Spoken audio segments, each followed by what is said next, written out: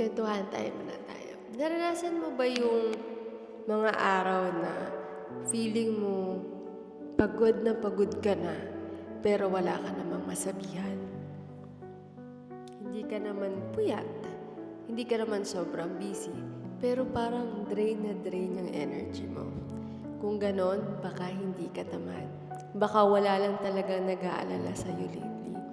Kaya kung gusto mong pag-usapan ang self-care na yan, hindi yung pang spa o yung aesthetic.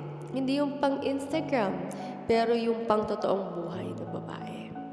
Alam mo, akala natin lagi nating kailangan ayusin ang isip natin.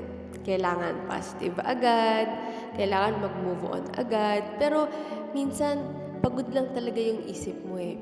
Mental self-care, minsan means hayaan na yung mga thoughts mo. Hindi mo sila kailangang ayusin agad. Pwede namang mamaya na, pause ka muna. Ganon. Bukod sa mental health care, syempre meron ding emotional self-care. Alam mo, syempre lalabas yung emosyon natin. Minsan, malungkot tayo, hindi natin naiintindihan kung bakit. Minsan, naiinis tayo. Minsan, bigla na lang tayong iiyak. Ako, personally, nararanasan ko yan minsan. Hindi ka naman dramatic eh. May pinagdadaanan ka lang at minsan yun yung hindi maintindihan ng ibang tao. Lalo na kung, bawa, yung asawa mo na lalaki, yung husband mo, or yung jowa mo, di ba, biglang sasabihin sa'yo, ang arte-arte mo naman, bigla-bigla ka na lang umiiyak. Pero minsan, ang hirap ipaliwanag eh, di ba? May mga pinagdadaanan tayo na nahirap i-explain sa lalaki, pero tayo mga lalaki, nagkakaintindihan. Gets niyo pa? So, yun. So, emotional self-care, yun yung hindi mo pinapagalitan yung sarili mo dahil may nararamdaman ka. Alam mo, ang pag-acknowledge sa emosyon ay it's a big step and it's a big thing para sa isang babae. Pero hindi lang naman isip at puso ang napapagod eh. Siyempre, kailangan yung physical din. Yung katawan natin, tahimik lang yan. Pero ramdam na ramdam niyan lahat. Self-care yung matulog ka kahit magkaroon ka ng pending. Uminom ka ng tubig kahit super busy ka. Kahit yung mag-stretching ka lang. Kung ang work mo ay lagi ka nakaupo, tayo ka, tapos lakad ka konti, balik-balik ng sandali, tapos back to work. Kumain ka, di ba, ng masustansya. Kasi hindi mo alam yung kailangan mo minsan. Hindi ka naman weak. Hindi sign of weakness na nagpapahinga ka. Siyempre, tao ka. Kailangan marunong tayong makinig sa body natin. So, kung sinasabi ng katawan mo pagod ka, pakinggan mo, magpahinga ka. Kung sinasabi ng katawan mo inaantok ka, magpahinga ka muna sandali, tulog ka. Pag naramdaman mong gutom ka or nauuhaw ka, diba? Listen to your body. Kasi sometimes na nine-neglect natin yun. Tapos, too late na. Huli na yung lahat dahil nagasakit na tayo.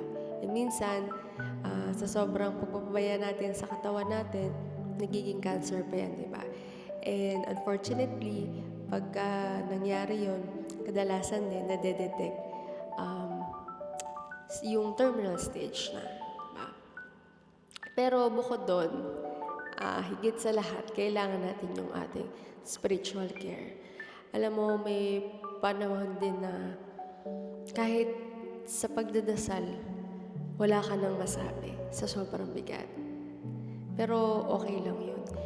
Yung gesture na paglapit mo kay Lord, kahit umiiyak ka lang, kahit wala kang sinasabi, alam yun ng Diyos. Alam mo, mas tumitingin ng Diyos sa puso.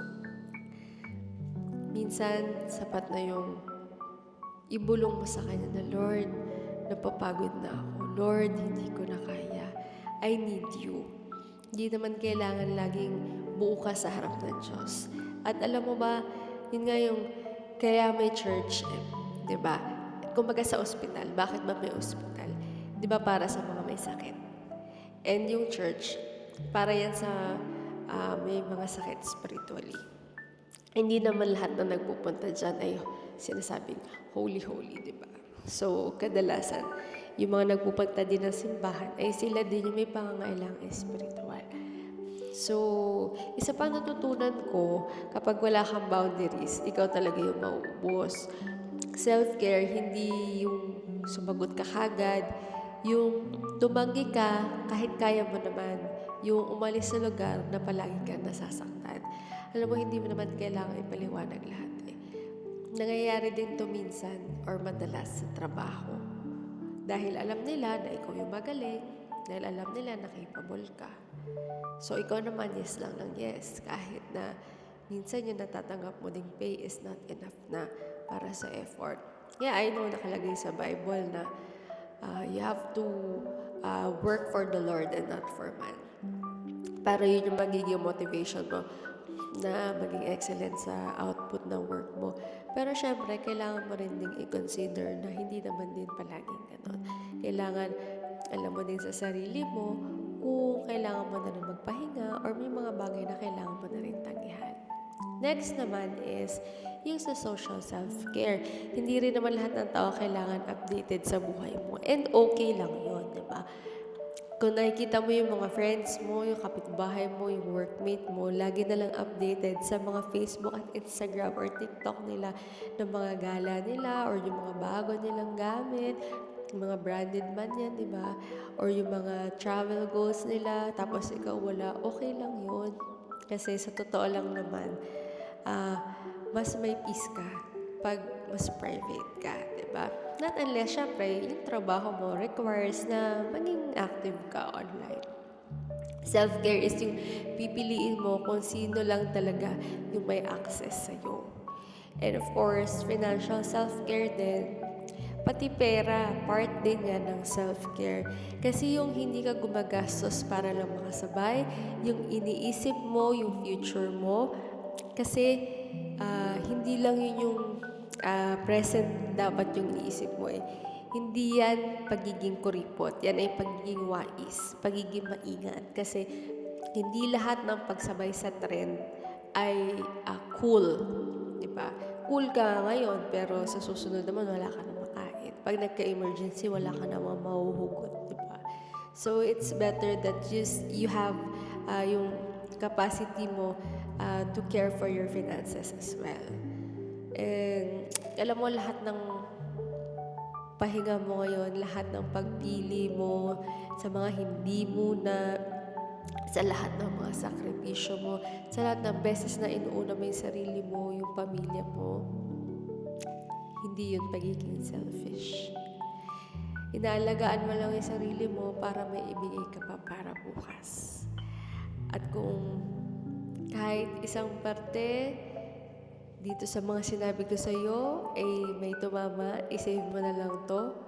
At baka maaari mo pa itong balikan sa araw na makalimutan mo na okay lang mapagod. Lagi mong tatandaan na hindi ka nag-iisa.